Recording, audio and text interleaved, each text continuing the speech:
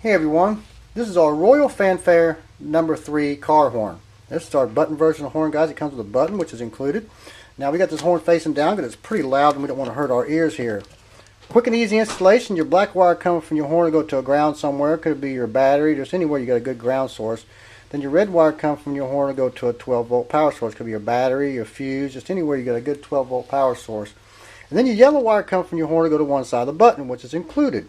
And you simply just run another 12-volt wire to the other side of the button and you're good to go. So this is our Royal Fanfare number 3 car horn.